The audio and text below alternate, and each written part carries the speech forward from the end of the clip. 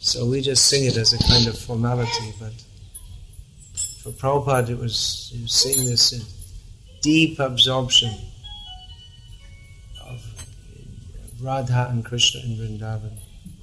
It's another song of Bhaktivinoda Thakur. And we sing daily so many songs of Bhaktivinoda Thakur.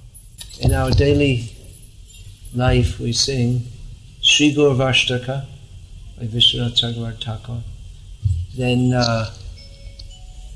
Nrsimha Stuti, that's from Nrsimha Purana. That was recited daily by Chaitanya Mahaprabhu. And then the other part we sing with that, that's from the Tavakara Kamala Varena Kam, that's from Jayadev's Gita Govinda, which in Tamil Nadu they call Ashtapadi. Ashtapadi, is it? It's among the Smartas somehow or other, that's very popular. Then we sing Narottam Das's Sri Guru Charana Padma. And then if we're in the temple room at midday, we'll sing Bhoga Arati. And then for the midday Arati, standard in Gauriya Mata and in many ISKCON centers is Bhakti. Bhoga Arati again is Bhaktivinoda Thakur's. Others have made, Narottam Das has also made Bhoga Arati, but we sing the one given by Bhaktivinoda Thakur. And then Jashavati Nandan, that's also Bhaktivinoda Thakur's. Then Sri Gaura Arati, Tulsi Arati. So I didn't say that. That's, we don't know exactly who that's by. Just said Dina Krishna Das. No, Krishna Das, but we don't know which Krishna Das. The Tulsi Arati song we sing. And then, in the evening, Sri Gaura Arati. And in the Gauriya Mats they also sing the Radha Krishna Arati, both by Bhaktivinoda Thakur. Jaya Jaya Radha Krishna Jugala Milan Arati Korena Lalita Adisha Kiram. And like that. Then again, Jai Radha Madhav before class. So we have contact with our acharyas, how they are seeing Krishna through these songs.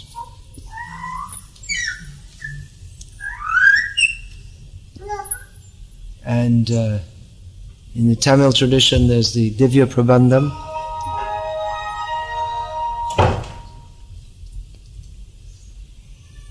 Seeing Krishna through sound.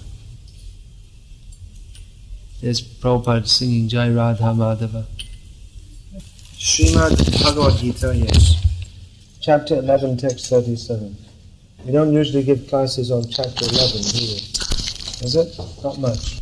But today I'm giving a class from chapter 11. This is Arjuna speaking to Krishna.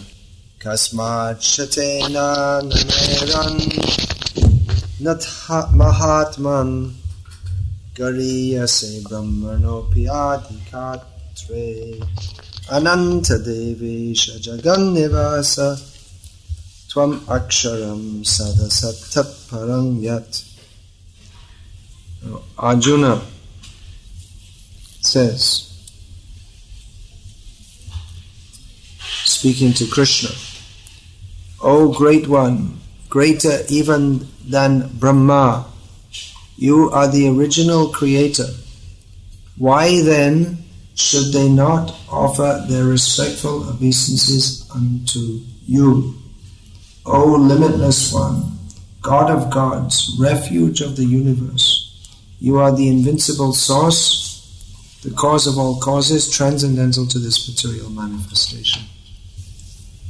So, Srila Prabhupada's purport.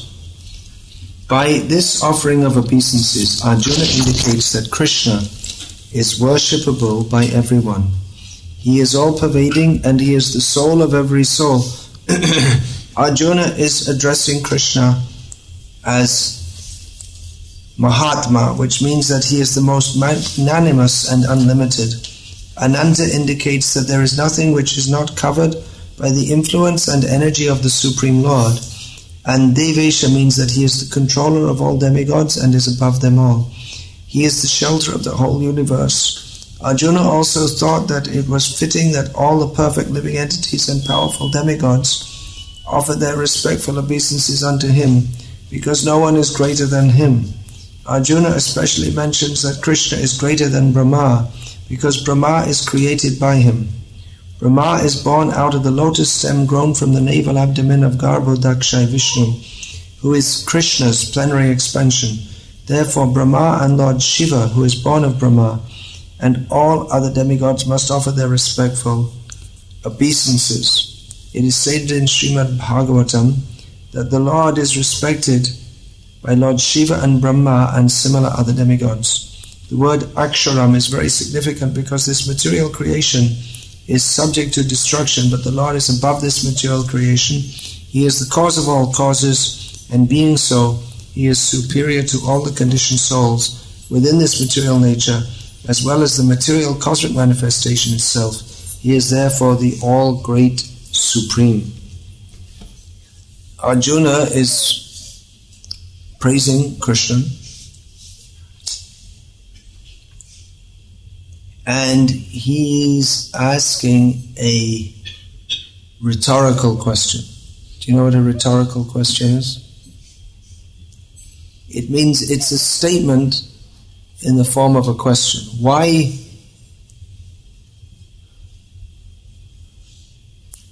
should they not respect you? Brahma respects you, Shiva respects you, all the demigods respect you. Why should they not respect you? So he's not really a question that's asking for an answer. He's not expecting Krishna to reply. But it's a statement in the form of a question. It's called a rhetorical question. It means a point is made in the form of a question. Why should they not? It means, by saying that, it means there's no reason why they should not. It means they should. They offer respects to you, and certainly they should. It means, why should they not? It means, if you think about it, is there any reason why Brahma and Shiva should not offer respects to Krishna? So he's making the point that even though Brahma and Shiva are the greatest persons within the universe, but there's absolutely no reason why they should not offer respects to Krishna. And in fact they do offer respect to Krishna. Now there are many people who are much lesser than Brahma and Shiva who don't offer respects to Krishna. Why don't they offer respects to Krishna? Well, let's see what Krishna says about it. He's already said that. And Prabhupada elaborates it on it in the purport. It's a very wonderful purport. It's a very long purport. One of the longest in Bhagavad Gita as it is. One verse that Srila Prabhupada said, this is a very important verse.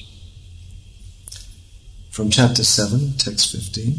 Namang dushkritino mudha prapadyante naradhamaha mayaya pahrita jnana asurang bhavamashritaha.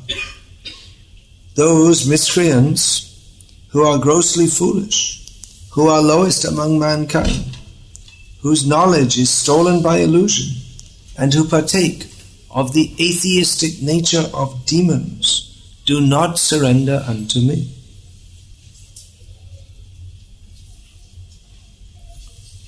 From the purport, at this point a question arises. How is it that educated philosophers, scientists, businessmen, administrators, and all the leaders of ordinary men do not surrender to the lotus feet of Sri Krishna, the all-powerful personality of Godhead? Mukti, or liberation from the laws of material nature, is sought by the leaders of mankind in different ways and with great plans and perseverance for a great many years and births. But if that liberation is possible by simply surrendering unto the lotus feet of the Supreme Personality of Godhead, then why don't these intelligent and hard-working leaders adopt this simple method? It's a good question, isn't it? Sometimes people ask us that. Well, if Krishna consciousness is so good, like you say, then why don't more people take to it? If it's really good, then certainly so many intelligent, educated, thoughtful, well-meaning people should take to it. There are planning commissions, there are surveys, research projects, how to improve the condition of mankind. There is the United Nations. There are all kinds of charitable organizations which are thinking of doing good to others. But if the highest good can be had by surrendering to Krishna, then why doesn't everyone take to it? People are following different religious processes, but if you can get the highest religious benefit by surrendering to Krishna, then why don't people do it? And the fact that more people or many people don't do it would seem, people ask that question, well, if it's so good, why don't more people take to it? So by saying that, they imply that it can't really be true. Krishna consciousness cannot really be true, because if it was what you say it is, then certainly more people should have taken to it. So many people follow, then you can fill in the dotted line, your favorite rascal. All these rascals have so many followers. In India there are so many rascals, demons, who are worshipped as God or as great spiritual leaders by similarly foolish rascals. There are so many famous names. The name of Srila Prabhupada is not as famous as that of... There are so many rascals. I don't want to say their names. There's this, well, he's almost dead now, that there was one Baba, something, what's his name? Something, I can't remember exactly. Then there's some Shaviranka in Bangalore, something like that. And something like that, I don't want to say exactly. So there are so many of these, some fisherwoman who loves everyone. They have so many followers. So if Krishna consciousness is actually the path, then why don't more people take to it? Well, Prabhupada goes on. The Gita answers this question very frankly. Those really learned leaders of society like Brahma, Shiva, Kapila, the Kumaras, Manu, Vyas, Devala, Asita, Janaka, Prahlad, Bali, and later on Madhvacharya, Ramanujacharya, Sri Chaitanya and many others who are faithful philosophers, politicians, educators, scientists, etc., surrender to the lotus feet of the Supreme Person, the all-powerful authority. Those who are not actually philosophers, scientists, educators, administrators, etc., but who pose themselves as such for material gain, do not accept the plan or path of the Supreme Lord. They have no idea of God. They simply manufacture their own worldly plans and consequently complicate the problems of material existence in their vain attempts to solve them. Srila Prabhupada was gifted by Krishna of presenting spiritual truth in very simple English language, but with amazingly profound insights. Do you know what this word profound means? In the youth class yesterday, I asked them, I didn't know what it means. It's a good word in English. I was saying that Indian languages are better, but this is a good word for explaining Krishna consciousness. Profound means very deep,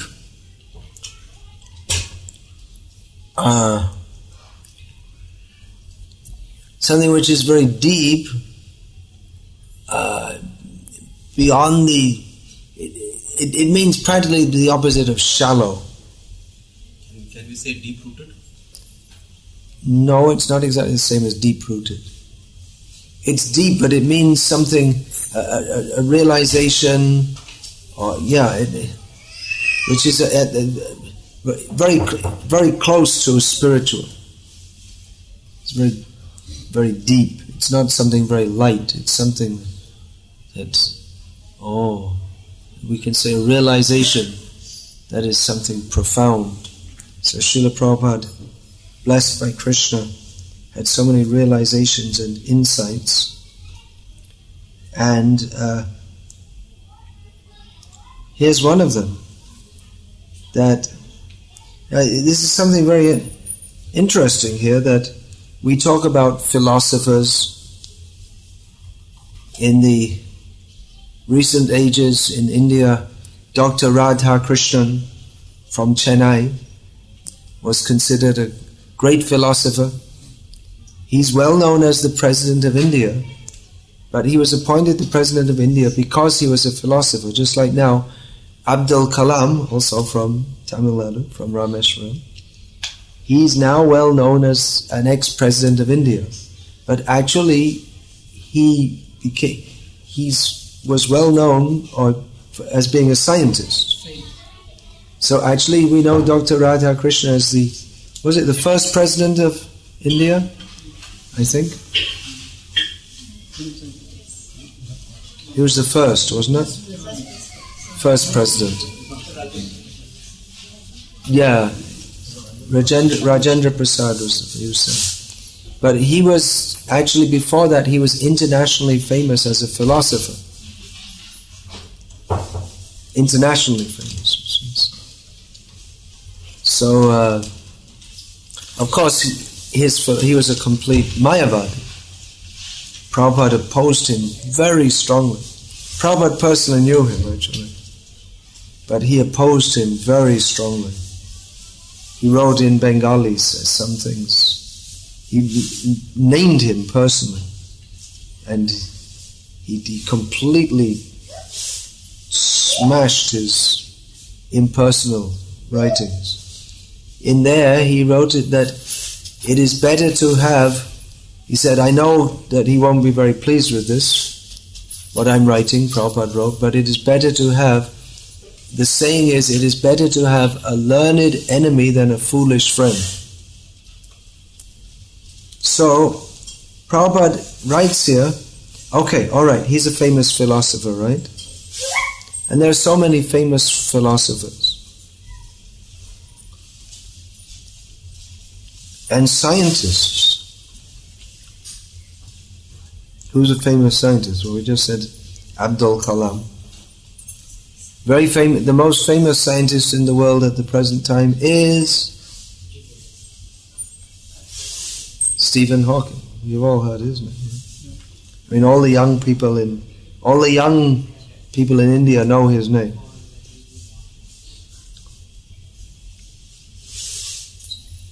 Before, Prabhupada was talking about businessmen. So, in India, the big businessmen are well known. In the West, they don't care about them. In Japan, also, big businessmen are well known. But in India, the Ambanis, the Tatas, the Birlas, and the Hindujas, they're all well known.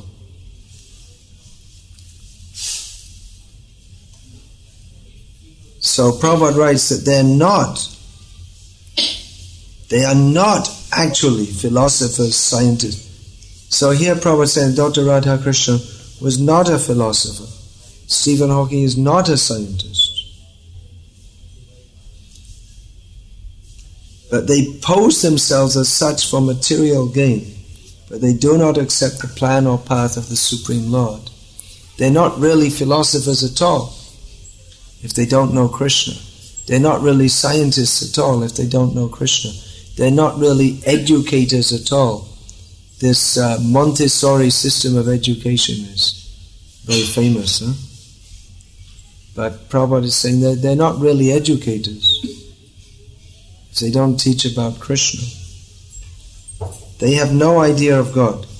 Now, they simply manufacture their own worldly plans, and here's, I was saying about a profound realization. They consequently complicate the problems of material existence in their vain attempts to solve them. They're trying to solve the problems, but they're actually making it worse in the name of solving it. Just like they solved, you see, we have a problem. What are the problems of material life? Well, we need food, clothing and shelter. These are the basic. Ahara, nidra, bhaya, maitun. These are the 4 basic needs to be fulfilled. Eating, sleeping, mating and defending. So, food is the first. So we can, in Dubai, you can bring food from different countries. So they've made arrangements. They can grow food in one country and bring it to another. But so it's better. It's you see, you can get food from all over the world, but no one ever eats fresh food. Most people in the world nowadays, they don't know what fresh food tastes like because they've never had it in their life. It's all grown with chemicals. See, the vegetable, you have to cut it, cook it immediately, offer to Krishna, and then take it. But nowadays, they cut it the night before. The freshest you can get is not in Dubai, you won't get it that fresh. But they'll cut it in like North Arcot district, and then take it on the train, early morning train, and then they'll sell it in the wholesale market in Chennai, and then they'll take it to the retail market. So the earliest you can get it is 12 hours after it's cut. And usually they buy it and keep it for 1 day, 2 days, 3 days, put it in the fridge. They have cold storage, potatoes, carrots. So people don't know what fresh food is. So they solved the problem. They made it better. That you see, now you have the fridge, so you only have to go to the market once a week. But then you have it comes out of the fridge, it's all wilted up. So you may say, well, what's this got to do with Bhagavad Gita and Krishna Katha? Well, Prabhupada is talking. Because Krishna is talking about this.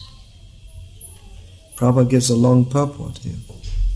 That they're complicating the problems of material existence in their vain attempts to solve them. So, I was talking before about Prabhupada seeing Krishna in Vrindavan. But Prabhupada also spoke a lot about the mismanagement of human society and the problems of material existence. Because to qualify to go to Vrindavan, we have to be fully convinced that, as Sri Chaitanya Mahaprabhu said, this material world is no better than a hole into which people pass through. Which nowadays we have flush toilets, but previously there were holes in the ground and everyone would come and pass through, and it would smell very bad. I have experienced this, having spent years traveling in the villages in Bangladesh and India. Now there's a move in Bangladesh, everyone should have their own toilet. They're becoming advanced. Otherwise people would go in the field, or there would be one particular hole. So that particular hole where people go to pass through, is not very pleasant. Although the flies think it's very pleasant. There are many flies.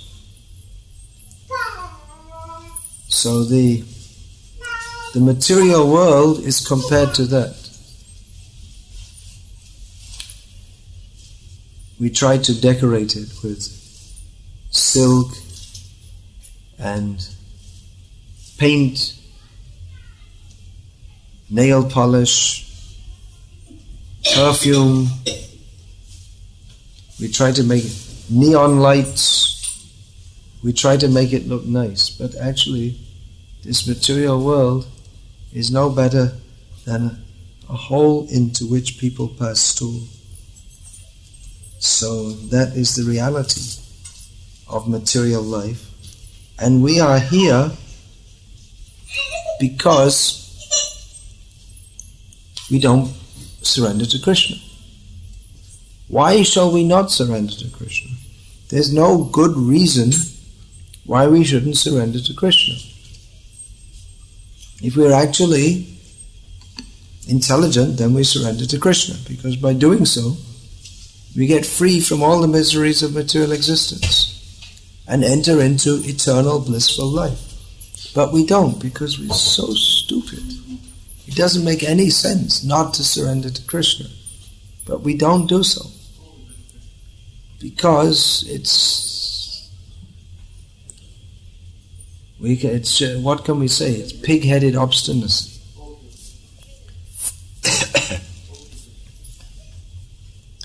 Tremendous foolishness. We can measure certain things. What is the distance between one object and another? We can measure it. Srila Prabhupada told a humorous story in this regard. Gopal Ban story, Bengali story. That the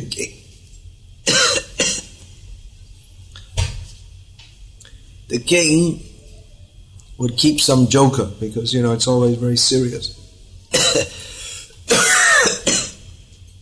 Serious business, so just for some comic relief he would keep a joker. So his joker was Gopal Ban, the king of Krishnanagar. And one day Gopal Ban walked into the court, and the king he stood in front of the king, and the Maharaj asked that, Gopal, what is the difference between you and an ass? So Gopal walked towards the king, counting 1, 2, 3, 4, 5. He reached up to the king and said, 12 steps. So we can measure distance. Well, actually, if you want to get philosophical, you can't measure distance either, because there's no such thing as a fixed point. Anyway, that's a bit of subtle philosophy. We can measure sound, intensity of sound, and like that sound.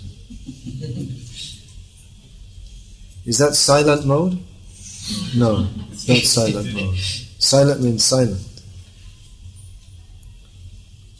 But we may not hear something. To us it may be silent, but someone else may be able to hear it. In the West, where the dog culture is very strong. What was that we saw on the internet just now? The main news items. Dog is rescued from a remote island. That means they must have sent the American Marines in or something and spent a few $1,000s to rescue a stranded dog. So, a dog, in the West they have dog whistles. You blow it, and humans can't hear it, but the dog can hear it because it's very high pitch. So then the dog comes running towards you, and you pat it on the head and it licks you, and you feel happy. So we can measure sound, we can measure distance, we can measure specific density of water, we can measure light. There are so many things we can measure, but we can't measure happiness. You can't measure it in a physical manner. We can say someone's happy, someone's very happy, but there's no happyometer. There's hydrometers, hygrometers, and rulers, but there's no happyometer. So similarly, there's no measure to stupidity. Brings to mind a saying of Einstein that what was that? I can't remember exactly that.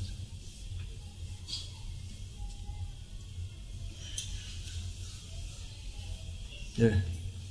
What was it exactly? He said there are two things which are immeasurable. One is the universe and the other is man's stupidity.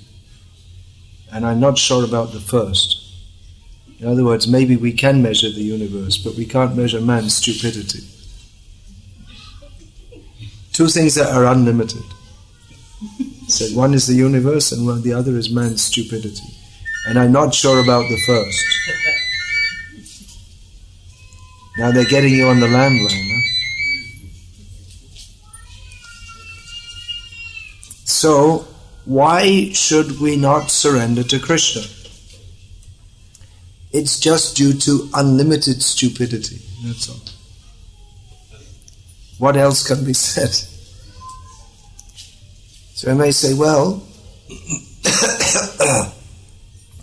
but there are so many highly intelligent people who don't surrender to Krishna. How can you say they're all stupid? Well, they are stupid.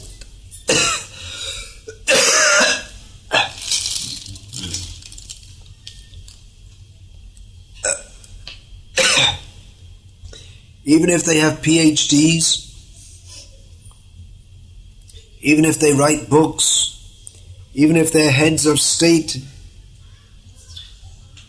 if they don't surrender to Krishna, they're stupid. It's only superficial intelligence. One who doesn't surrender to Krishna is Janiya Shuniya Bisha Kaino. They're just willingly destroying themselves. Even after getting knowledge of Krishna, people think, oh, I don't believe that. I don't have time for that.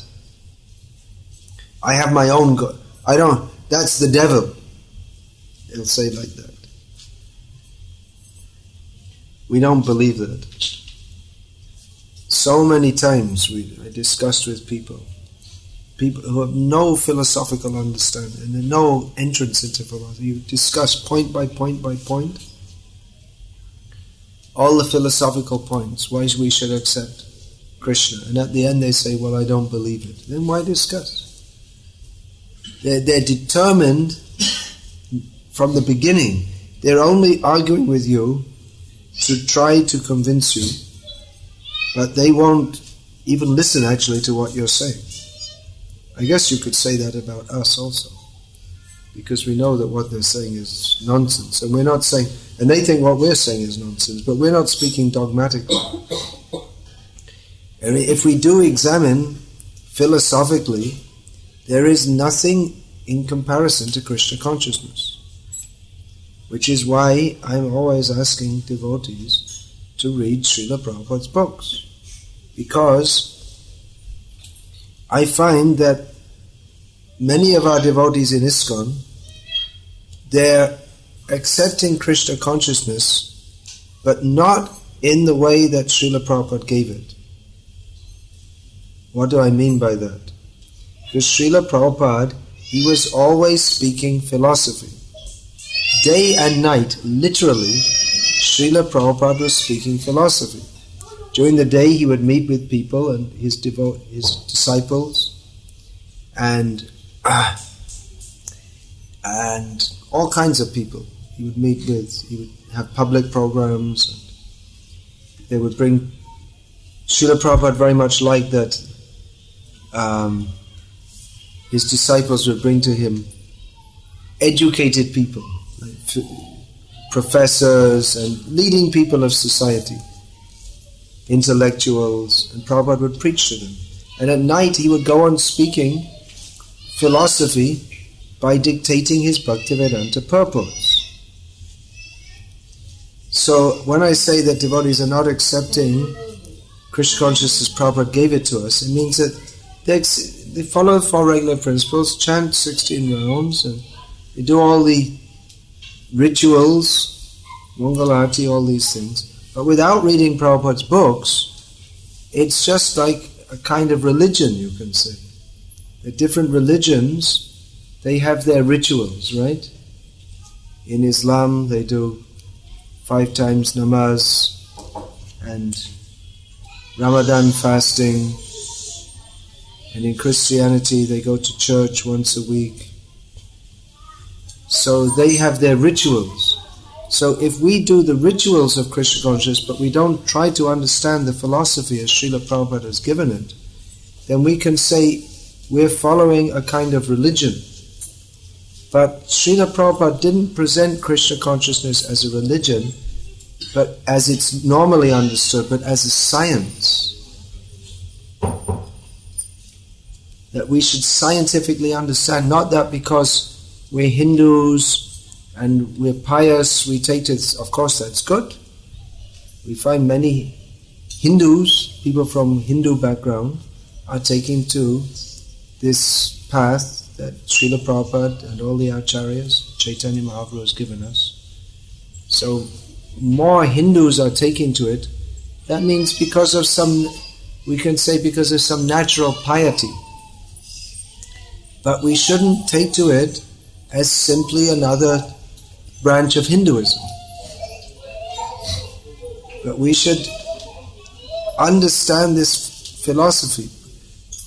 Srila Prabhupada, we'll find in the Science of Self-Realization, when one journalist asked Prabhupada about this religion, Prabhupada said it is not a religion, it is a scientific, cultural and philosophical presentation for the re-spiritualization of the entire human society. He didn't want to use that word religion, because religion is defined in the dictionary as a kind of faith. Now definitely faith is required, that Krishna speaks in Bhagavad Gita of faith. Faith is the basis. Shradhana Purusha Dharmas Yasya Parantapa Aprapya Mang Nivartante Mrityu Sangsara. One who does not have faith, one who does not maintain faith in this, he falls away. He goes back to samsara, to death and repeated birth. So faith is required, but this term faith, this has been analyzed by Srila Bhaktivinoda Thakur in his Chaitanya Shikamrita. Very important book. Monumentally important book. That there are 2 kinds of faith, Lokiki Shraddha and Shastriya Shraddha. Lokiki Shraddha means a general kind of faith. Without going very deeply, one has a general kind of faith. And Shastriya faith means that we've studied Shastra, we've heard the philosophy described, we apply our intelligence to try to understand this. In this way our faith is fixed. Otherwise, the Lokiki Shraddha, that will tend to be mixed with Lokik. You have this word in Tamil? Lokik? It means worldly. It literally means of this world. And there's another term, alokik, means not of this world. So if our faith in Krishna is lokik, you see, just like you're born in a Hindu family and you worship many gods, mostly, isn't it, in Hindu families? So you have a general idea that Krishna is good, different gods are good, religion is good. But at school also we learn so many things, and from the TV we learn so many things. So we have a kind of mixed up general idea of the world. And then we take to Krishna consciousness and we learn that Krishna is supreme. We take to that. But we may have we may take along with us many of the ideas that we've imbibed since childhood. Just like all over the world, I think more outside of India than within India, there's very high regard for Mother Teresa. People think she's a great saint. And in India also you'll see many times pictures of Mother Teresa. But from the Shastriya point of view, she's not a great saint. She was. Actually, I gave a long lecture on this. Do we have that here? About Mother Teresa, that CD? You probably don't have it here. I was discussing some of the points. I don't want to get into it in great detail now, but actually she was a meat eater. And she was living in Calcutta all her life. So she had ample opportunity to learn about Chaitanya Mahaprabhu. She had no interest. And she was if anyone was chanting Hare Krishna, she would want to convert them into a meat-eating, beef-eating, non-chanter of Hare Krishna. So we can't call her very saintly. She was concerned with the body. And she believed in Jesus somewhat, although later it came out that actually she had lots of doubts in Jesus that came out after her death. So, but there's a general idea that she's very saintly and compassionate. But if we read what Prabhupada says, that concern with the body, he is like this compassion, it's like being compassionate for saving the shirt of the drowning man. If we're concerned with the body, then it's just like the shirt is the covering of the body, so the body is the covering of the soul. So real compassion means, like Srila Prabhupada, to go all over the world and tell people that you're all rascals because you're not surrendering to Krishna. And Prabhupada used these words regularly. So that's real compassion. Prabhupada was challenged in Haridwar when he was there in 1977, speaking very strongly. And someone asked, well, why aren't you compassionate? And Prabhupada said, your idea of compassion is like blowing on a boil. Who's had a boil? Anyone had a boil? Mostly everyone gets at some point in time. So if you get a boil, it's very painful, isn't it? If someone comes and blows on it, that won't help much with it. You might, again, there's no painometer. But if there's a painometer, that might reduce it by 1% for the short time that you're blowing. So Prabhupada said, your compassion is like blowing on a boil. Real compassion is to take a knife and cut it. Has anyone had the boil cut without anesthetic? I have. I had an abscess, which is worse than a boil. I had it cut without anesthetic. Or I had another one in England, one I had in India with no anesthetic at all. Extremely painful. And in England they put some dry ice, which was not effective, only slightly effective. So very painful. Cutting the boil is extremely painful, but ultimately it gives relief. So Srila Prabhupada gave this example, that real compassion is to cut the boil, bring out all the pus. So, I'm just giving this as one example, that we may have many ideas which we've absorbed throughout the course of previous lives and in this life. And unless we hear and understand this philosophy from Srila Prabhupada's books and devotees who are speaking according to Prabhupada's books, then we'll maintain that. We'll think, yes, Krishna is very nice, Krishna is very sweet, Krishna is very beautiful. We like to hear about Krishna in Vrindavan. We like to hear stories about Krishna. But at the same time, we have many misconceptions which actually tie us to this material world, because we're still in the bodily concept of life. And we're thinking that worldly service is very good. Although we're not against hospitals and all these kind of things, but we should know that they have no value for the soul. That's why Srila Bhaktisiddhanta Saraswati Thakur said that the neophyte devotee ringing the bell in the temple during arati is thousands of times more valuable, both materially and spiritually, not even spiritually, but even materially, than the altruists opening thousands of hospitals. So any neophyte devotee who goes in the temple and rings the bell, ding, ding, ding, is far better than Mother Teresa.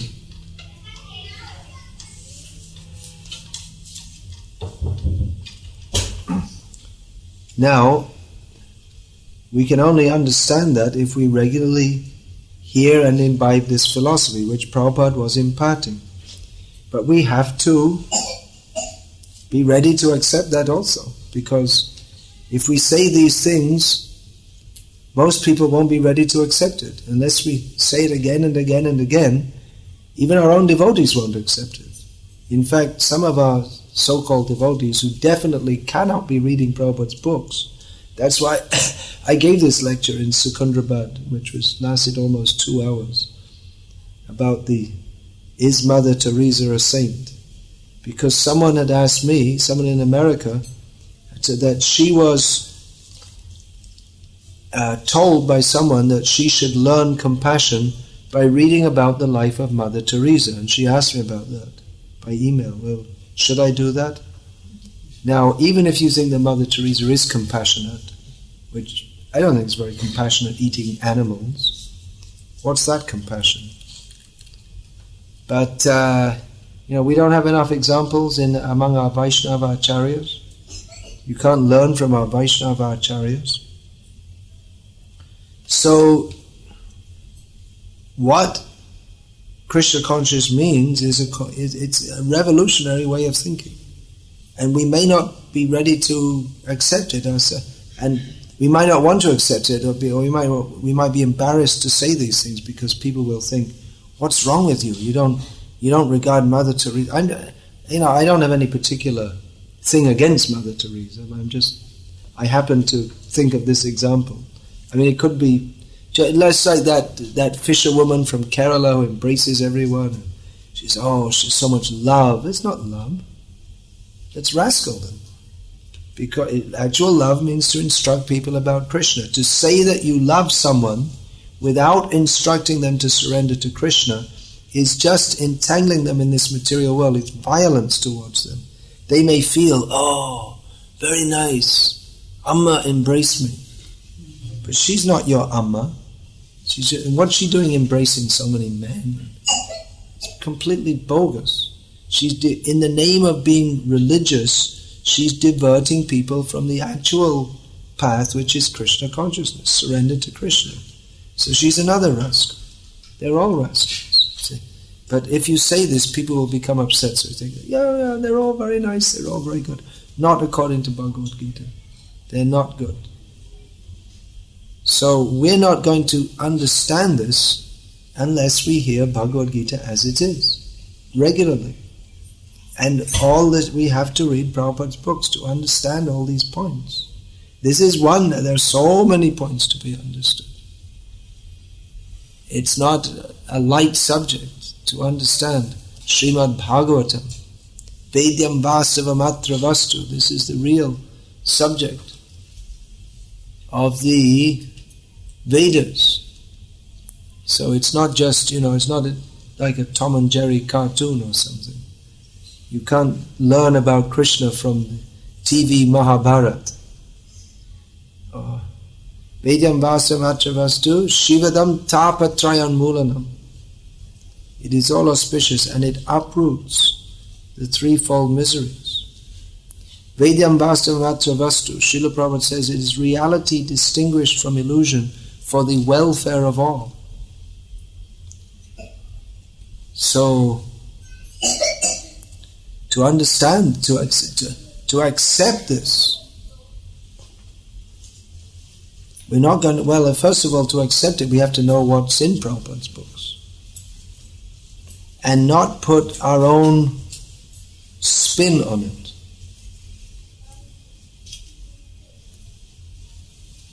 You know this term, to put our own spin? It means to put our own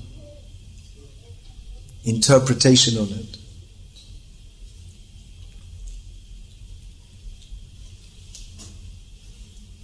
Just like, well, just to give one local example, there's one book I saw published locally, in this area, of Bhagavatam shlokas for learning.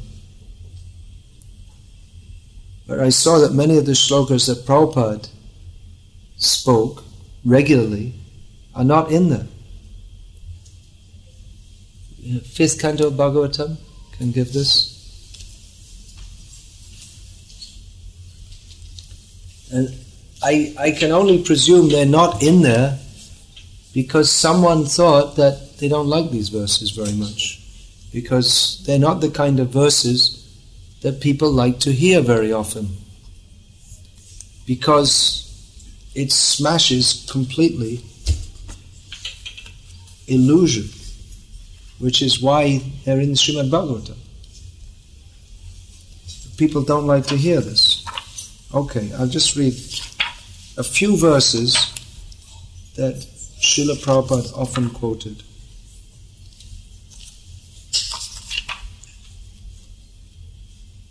Rishabha uvacha nayang deho deha bhajang nriloke kashtan kaman arhate virdubhujam ye tapo divyam putraka yena sattvam. You know this verse, that's good. Shudhyad yasvad brahma sokyam tvanantam. Oh, there's a printing mistake there.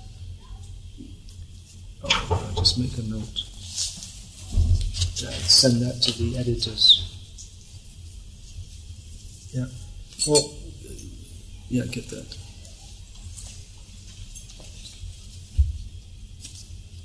Now my diary is there? Yes. Open it on today.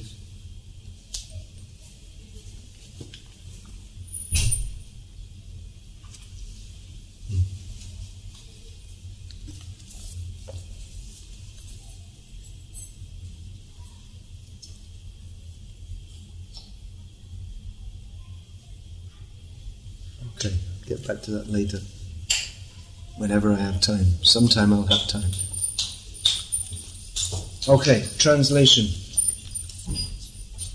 Lord Rishabdev told his sons, "My dear boys, of all the living entities who have accepted material bodies in this world, one who has been awarded this human form should not work hard day and night simply for sense gratification, which is available even for dogs and hogs that eat stool." See, people don't like to hear this, right? But we should hear it. We need to hear it. One should engage in penance and austerity. People don't like to hear that either. To attain the divine position of devotional service. We like to hear that just by chanting Hare Krishna, you can attain all perfection, which is true. But here also in Bhagavatam says that some penance and austerity is needed. You just can't chant Hare Krishna and be a sense enjoyer. It doesn't work. You don't get the result.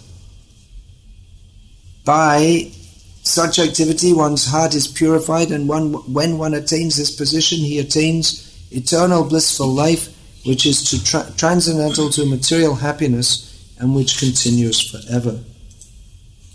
Okay, the first two lines of the next verse were quoted often by Srila Prabhupada.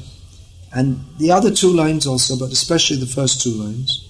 Mahat sevang dwaram ahur vimuktes tamo dwaram yoshitang sangi sangam. Which are, one can attain the path of liberation from material bondage only by rendering service to highly advanced spiritual personalities. Then the second line, Tamodwaram Yoshitam Sangi Sangam. For those who are not interested in such activities, who associate with people fond of women and sex, the path to hell is wide open. Then text 4, this is another one quoted very often by Srila Prabhupada. Nunang pramatah kurute vikarma yad indriya pritiya aprinoti nasadhu manye yata atmano yam asan api kleshada asadehaha. When a person considers sense gratification the aim of life, he certainly becomes mad after materialistic living and engages in all kinds of sinful activity. He does not know that due to his past misdeeds, he has already received a body which, although temporary, is the cause of his misery. Actually, the living entity should not have taken on a material body, but he has been awarded the material body for sense gratification. Therefore, I think it not befitting an intelligent man to involve himself again in the activities of sense gratification by which he perpetually gets material bodies one after another. Follow that? It needs a bit of explaining. If you just hear it, it's a bit difficult to catch. Text 5. Parabhavastavad abodha jato yavanna jignyasata atmatattvam. As long as one does not inquire about the spiritual values of life, one is defeated and subject to miseries arising from ignorance. Then text 8, another one. This is chapter 5 of Canto 5 of Bhagavatam. This is a verse often quoted by Srila Prabhupada, but somehow or other not very often quoted nowadays in ISKCON. Why is that? We should quote what Prabhupada quoted, isn't it? Pungsastriya mithuni bhavametam tayor mito hridaya granthim ahuhu ato griha kshetra sutapta vitaya janasya mohoyam ahammameti. The attraction between male and female is the basic principle of material existence.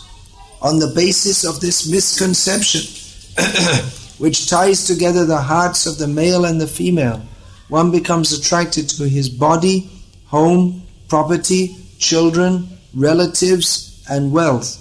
In this way, one increases life's illusions and thinks in terms of I and mine. Don't think this applies only to non-devotees.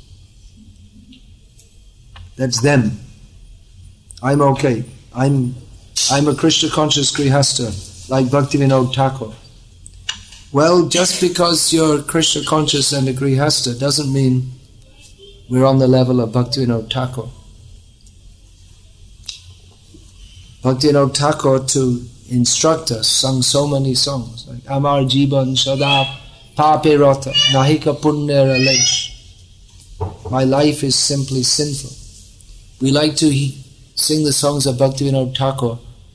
Jamuna Puline Kadamba Kadane Kiherinu Shokiyaj. We like to say, oh my friend, Gopi friend, what did I see on the banks of the Yamuna today? This, what is that? Sham.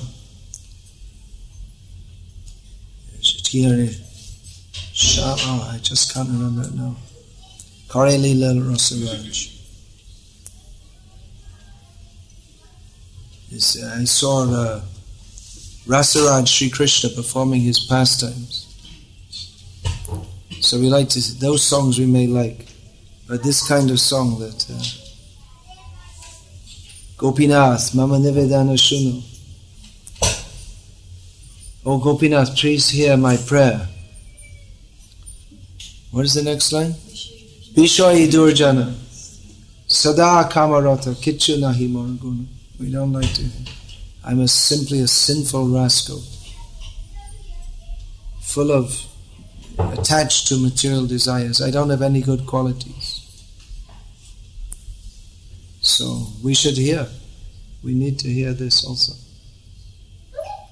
We also have, Grihastas also have to think of becoming detached at some point in time. Detached now, one should perform one's worldly duties, wife and husband together in Krishna consciousness, living peacefully and happily in Krishna consciousness, but at the same time knowing that this is not my ultimate identity. I can't remain forever in this particular family.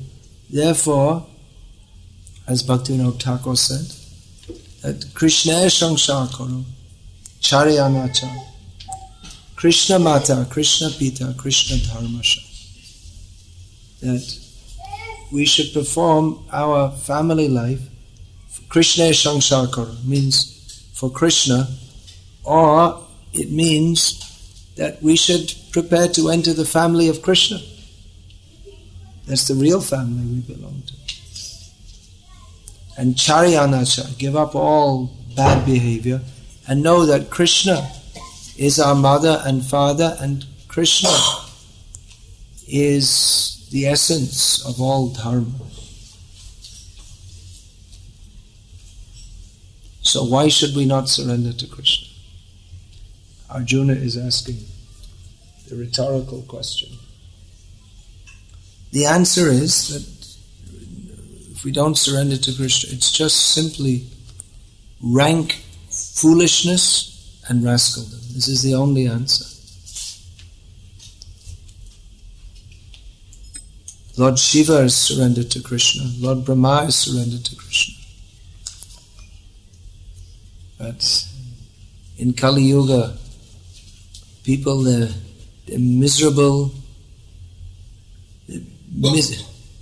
Prayana alpayasha sabhya kalavasvin yuge janaha manda sumanda matayo manda bhagya yupudruta. In this Kali Yuga, people have short lives. Very short lives. Prayana alpayasha sabhya kalavasvin manda. They're lazy, misguided, unlucky, and their mind is always disturbed. But they think, I'm so great, I'm so wonderful, I don't need to surrender to Krishna.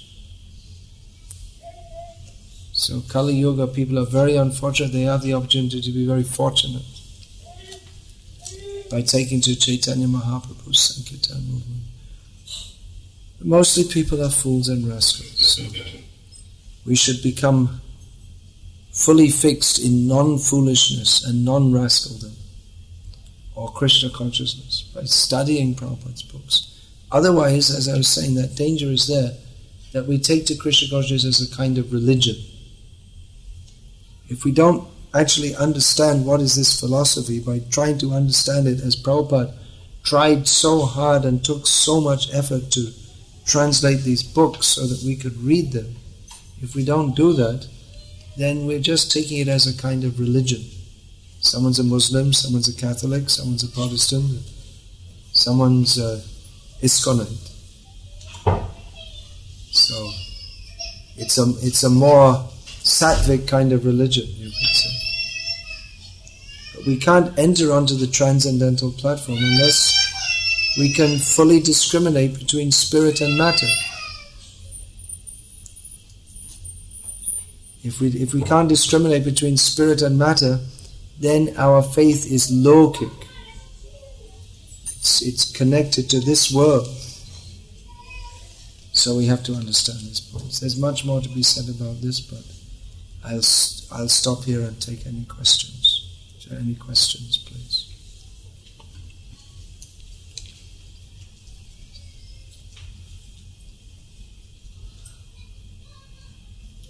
No question? Please give my diary and pen again, please.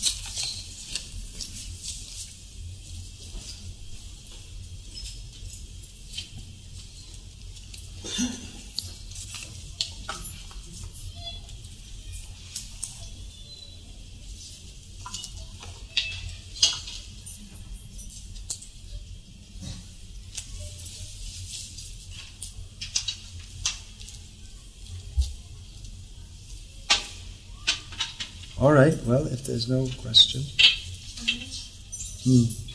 Most of the time people don't even realize that they are miserable. If you tell them that this material world is miserable, they say we are okay. I mean, they don't even feel that they are miserable. What to tell them? How to make them understand?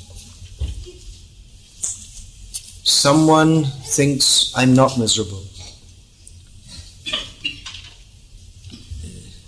Even if you try to point it out. Well, Srila Prabhupada would point out that this material world means birth, death, old age and disease. No one can avoid this. So is that not miserable? They'll say that's natural. Yeah, it's natural, but still it's miserable. You say, well, you can't avoid it. And we say you can avoid it by Krishna consciousness. It requires some piety to accept this also. But philosophically, there should be no difficulty to point out that this material world is miserable. Once, many years ago, Hridayananda Maharaj, I think you've probably all heard his name, one of Srila Prabhupada's earliest sannyasi disciples. He was on a radio show or TV show or something. There was some kind of debate going on with an atheist, and there was a moderator. And the moderator means he's supposed to be neutral, right? So Hridayananda Maharaj was saying that these are miserable. Birth, death, old age and disease. And the atheist was saying, no, it's not miserable. And Hridayananda Maharaj was pointing out how it's miserable. No one wants to die. And the moderator interrupted and said, actually it's a fact. You have to accept that disease is miserable. You know, no one said, oh, I had a wonderful bout of cholera. I went in the hospital with 7 broken bones, and but it was wonderful. I really enjoyed it. So it's axiomatic unless one is extremely determined to be a rascal, one has to admit that this is miserable. Of course, there are people who are extremely determined to be rascals, as described in Srimad Bhagavatam. See if that's in the book. Matyena Krishne Paratasvatova Mito Bipadyeta Kriha Pratanam Adanta Gobhir Vishatanta Misram Punaf Punas Charvita Charvananam. Those who have Griha Vrata, they've taken a vow to remain within materialistic family life. They are determined not to be Krishna conscious. Either by their own endeavor, they'll say, I'm searching for God, but they're determined never to find Him. It's just a show. And neither by their own endeavors, so-called philosophical endeavors, nor by the endeavors of others. There's your answer. If they're determined not to be Krishna conscious, then however much others try to make them Krishna conscious, they won't be, because they're determined to enter into to have uncontrolled senses. That's the whole point. All the philosophies in the world are various justifications for engaging in various degrees and types of sense gratification, because they want to chew the chewed again and again. So, as the saying goes, Prabhupada would sometimes quote that, you can bring a horse to water, but you can't make him drink. So if someone's determined to act in a manner which is opposed to their own self-interest, apaswartha parayana, people who are attached to their own destruction, what can you do? It is our duty to present the philosophy as it is, and then it's up to people to take it or not. Best thing is to give them Prabhupada's books, best preaching. Distribute these books. Anything else? In other words, you're asking why, what can we say to convince them? Now, you're wondering why you can't convince people. Is there something wrong with the philosophy, or is there something wrong with me? Because we have the general idea that, well, if people are reasonable and intelligent, then if we present the philosophy, then they should accept it. But the point is that most people are not reasonable or, in the true sense of the term, intelligent. The philosophy is perfect. And again, we're not saying that dogmatically. It's a fact that birth, death, old age and disease are miserable. So that's perfect philosophy, to present that. And if you say it, it may not be a fault in your presentation, but the fault lies in them. So therefore it's our duty to present this, and then if others take it or not, well, that's up to them. We did our duty, that's all. But we can't expect also that everyone, or even many people, will accept it, because most people are rascals. That's a fact. We may not like to say it, but it's a fact.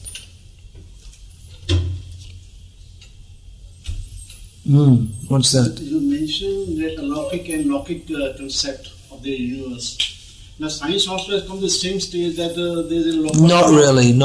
Local and non-local reality. Where in non-local reality, science has no domain. Yeah, but they don't have any insight into what it actually is. And if we present, you see that, but their concept is still materialistic. They don't have any spiritual concept. That we have to give.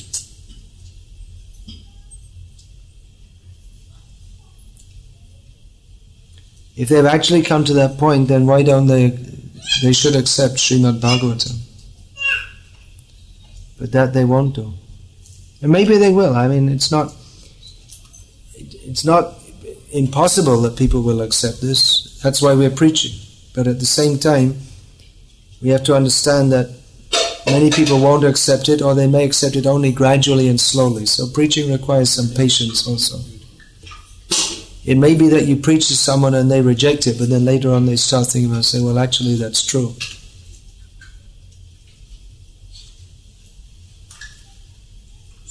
That is still at nascent stage.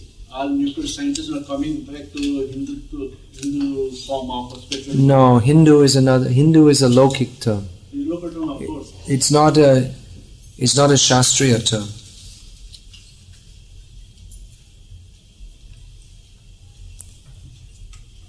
Hindu is a lokic upadhi. That's true.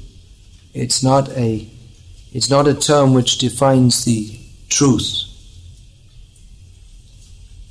It refers to a social group. It doesn't. In Bhagavad Gita, Lord Krishna speaks of those who are tattvavit, those who know what is reality, or tattvadarshi, those who have seen reality. So, Hindu, Ahindu, that's not the question. The question is, who is tattvavit? Who knows reality? So Hinduism is another, to say Hinduism is another kind of, as I said, bhautik or lokic upadhi, on a group of people who practice what is called a religion. But as I was explaining, reality, truth, when we say Krishna consciousness, that means to understand reality as it is. That is not a kind of religion, it's not a kind of faith. One has to have faith to approach it. That's true even with science of this material world. It also requires some kind of faith. Just like I was saying, measuring a distance. Say, actually you can't measure any... In pure philosophical terms, there's no such thing as measuring a distance between 2 points, because there are no points. So, but conventionally we have to accept that there is such a thing as measurement. That requires some faith, some starting axioms are required. Otherwise there's no science, there's no geography, there's no history, there's no study of anything. Everything requires faith. To eat this requires faith that it's not poisoned. It sounds stupid, doesn't it? You sound stupid because you think, well, how could it be poison? But it could be. So faith is required. We accept as an axiom that it's not poison. So we accept as an axiom that this material world, with its incredible complexity, has not come into being by chance. And so-called scientists accept practically as an axiom that it has come into being by chance. I think that this science, Krishna conscious science, is better science than that of the atheists who say that everything has come into being by chance. It makes more sense to accept that this incredible complex, ordered complexity has been put into being and is governed by intelligence rather than by chance. Can you please advise us on how to preach to beginners? We experience that newcomers usually get scared on hearing our philosophy, Srila Prabhupada's philosophy. It's not our philosophy or Srila Prabhupada's philosophy, it's fact. Philosophy, you're talking about an opinion. It's not an opinion, it's a fact. Is there a way like how we progress in schools like from kindergarten to higher classes? Srila Prabhupada spoke these things openly and clearly. Those who were sincere accepted, those who were not sincere didn't. That's all. Why should they be afraid? I feel that rather the preachers are afraid that people will get afraid. I don't see that people are afraid. But you're afraid that they'll become afraid because you don't have full faith in what you're saying. If you have full faith and you're presenting something which can be clearly understood, then why should you be afraid that people won't accept it? They'll only not accept it if they're not sincere. Why can't we say openly and clearly, this material world is like a place which people pass through? Why? Because it's simply full of repeated birth, death, old age and disease, which is miserable. What's the problem to understand this? Why should people not accept it unless they're insincere? And if they don't like it, well, then they won't accept it. They can go on and find something else. If they want to be cheated, they can be cheated. But what I find in the name of not disturbing people is that we don't discuss these things at all.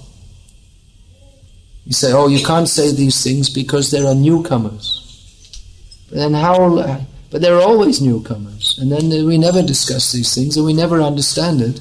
And we just remain on a sentimental platform, in which we'll be talking stories about Krishna and Chaitanya Mahaprabhu, but we don't understand even any basic philosophy because we never discuss it. Recently, one of my disciples offered to put my lectures on a website called iskondesiretree.com. And the answer came back, but under no circumstances should there be any heavy lectures. So what? Then they can't put like 99% of Prabhupada's lectures. Is Prabhupada spoke heavy? What do you mean heavy? Just means straightforward, that's all. This philosophy is heavy. So he's saying that no heavy lectures under any circumstance because all kinds of devotees log into this site. That means newcomer, how long are you going to be at what point do you start introducing this? Who's going to say it clearly as Prabhupada did and convinced so many people of Krishna consciousness? Are you determined to keep this as some kind of Hindu sentimental religion, or you want to have the truth? Maybe you will get more sentimentalists if we don't speak the truth, but you won't get people who want the truth, which is what Prabhupada wanted, what Krishna wants, because he speaks Bhagavad Gita. And it's the Mayavadis who have reinterpreted Bhagavad Gita.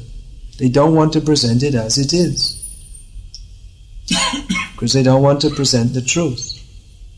So it's our duty to present Bhagavad Gita as Srila Prabhupada presented it. And if we don't do that, then we're not really representing Srila Prabhupada.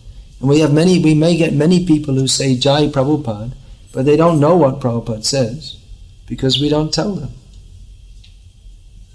That's why I say it seems to me that many people take to Krishna consciousness as a kind of religion rather than trying to understand the truth, the reality that this material world is miserable and we have to surrender to Krishna. Because we don't discuss these things.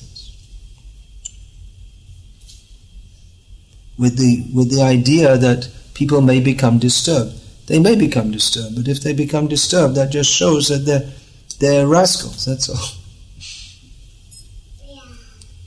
And if we do speak the truth, then we'll get people who are sincere to understand it.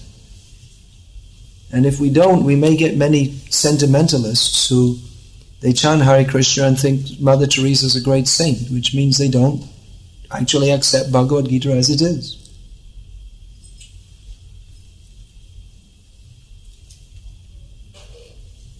So simply to collect many people, even if they're initiated and they're chanting 16 rounds, but if they don't accept the philosophy as Srila Prabhupada has given it, can we really say they're followers of Srila Prabhupada? Can we really say they're devotees of Krishna? There are so many sahajiyas, sampradayas in Bengal who they chant Hare Krishna, but they have all kinds of wrong ideas because they've never been taught the right idea. Or they prefer the wrong idea to the right idea. So no heavy lectures under any circumstances is not something given to us by Srila Prabhupada or the previous acharyas. It's some new idea that new people should not be exposed to the truth. Then why not? If I hadn't been exposed to the truth, then I probably wouldn't have come. If I'd have come in and someone told me Mother Teresa's a great saint, I'd have said, okay, thank you very much. And turned around and gone out. I could understand that even without reading Prabhupada's books, that this world is simply full of cheaters and cheated. I was looking for someone who has the courage to speak the truth, to speak the reality.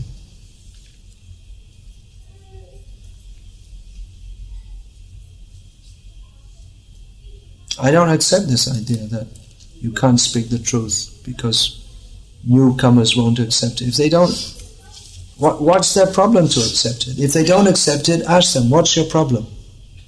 Why don't you accept that birth, death, old age and disease is miserable? What's the problem? How do you find birth, death and old age and disease in any way desirable? If they're sincere, they have to accept. If they're not sincere, then what can you do? Then you save yourself the problem of having insincere people.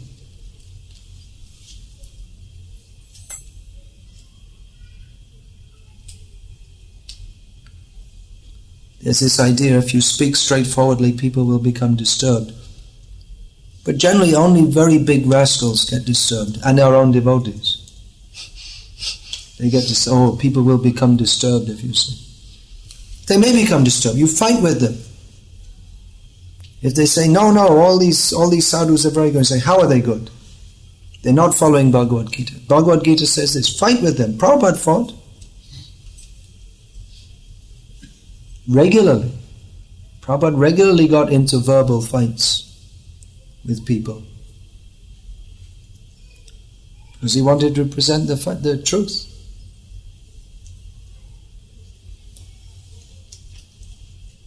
Big men, professor. One professor was brought in Philadelphia. They brought one professor. He said, Prabhupada said, what are you teaching? I'm a teacher of Hinduism. Prabhupada said, what do you mean by Hinduism? And he said, I don't know. He thought that was a very smart, very intelligent reply.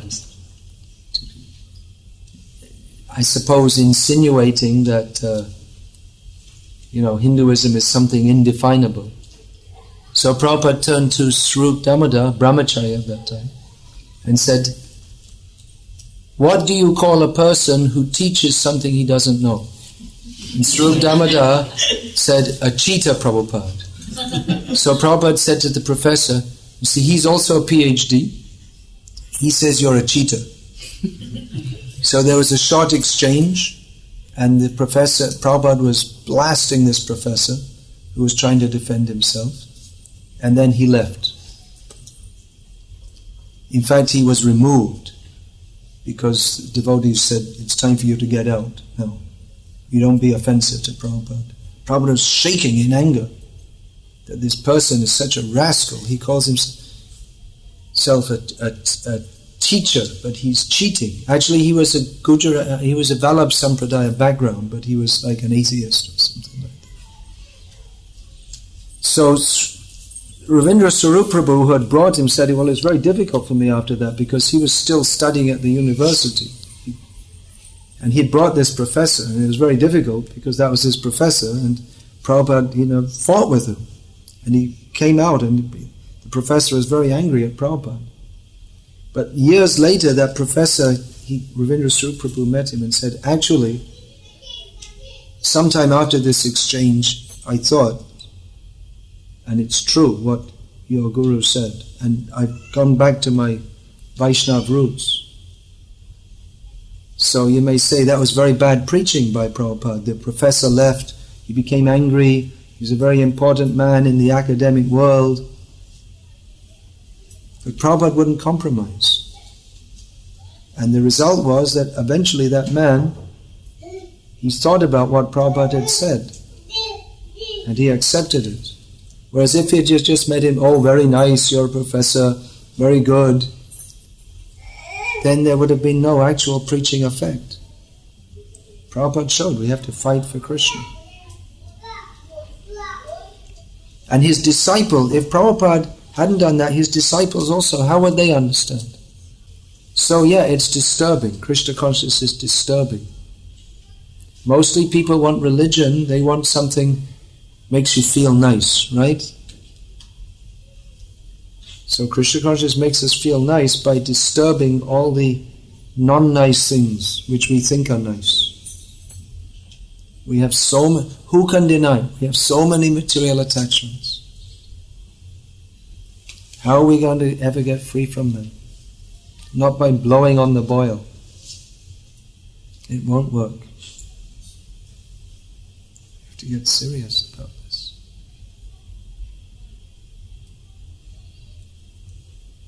Okay, I'm really going to finish now. Hare Krishna. Not finish, it means this session is finished. But I pray to Srila Prabhupada to go on speaking on these topics. Many devotees speak on very high topics. I'm in the basement cleaning up. Someone has to. We're talking about kindergarten. There's a kindergarten. This is the kindergarten. We should talk these things. Someone has to say who. Actually, we should all say. We should all be discussing these things regularly, as Prabhupada was. So,